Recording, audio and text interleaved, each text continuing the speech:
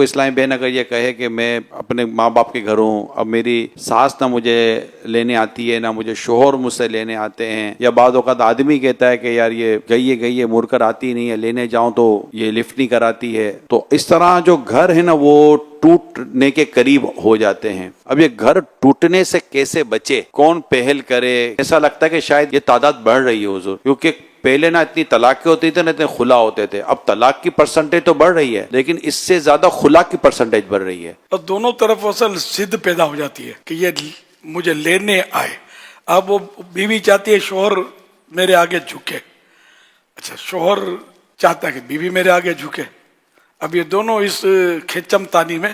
ڈوری ٹوٹ جاتی ہے بعض اوقات، اور کچھ کا کچھ ہو جاتا ہے۔ تو اس لیے یہ دیکھ لیا جائے کہ قصور کس کا ہے۔ مثلا بیوی روٹھ کے چلی گئی ہے تو اب مطالبہ نہ کرے کہ مجھے لینے آئے، یہ کوئی سی ترکیب بنائے اور چلی جائے، سمجھ میں ہی آتا ہے۔ شوہر نے دھکا مار کے نکال دیا ہے، گھر برباد ہوتا ہے، اس سے بچے رول جاتے ہیں، تو یہ کیا شوہر کوئی ترکیب بنائے اور اس کو بلا لے، منگوا لے، خود لے کر، تھوڑا چھوٹے باپ کا بننا پڑے گا۔ اس میں ایک حکمت اور فائدہ یہ نظر آتا ہے کہ اگر شوہر جائے گا نا تو اس کو تھوڑا خفت تو محسوس ہوگی، حیا شرم آئے گی، یوں اپنی بے عزتی تصور کرے گا یہ، لیکن آئندہ یہ دھکا مار کے نکالے گا نہیں، دیکھا میں نے کیا تو یوں ہوا تھا۔ جیسے کہ اگر کسی نے کسی کی سب کے سامنے دل آزاری کر دی، غصہ کر دیا، جھاڑ دیا اس کو، تو اب اس کو چاہیے کہ اگر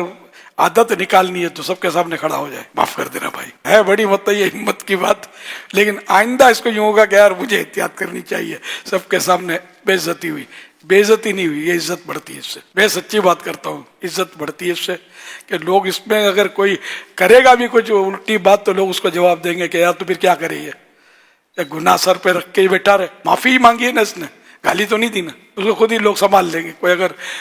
مذاق اڑائے گا بھی تو لوگوں کے دلوں میں ایسے شخص کی عزت بڑھے گی کہ یار یہ جدی آدمی نہیں ہے، یہ عاجزی والا آدمی ہے۔ اس طرح دونوں میں جس کی بھول ہو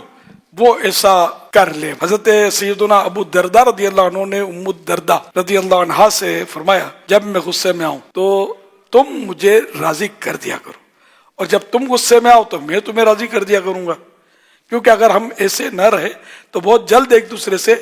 جدا ہو جائیں گے۔ یعنی ایک کو غصہ آ جائے تو دوسرا بھی غصے میں آ جائے نا تو آگ سے بجھے گی نہیں، بڑھے گی، آگ پانی سے بجھے گی۔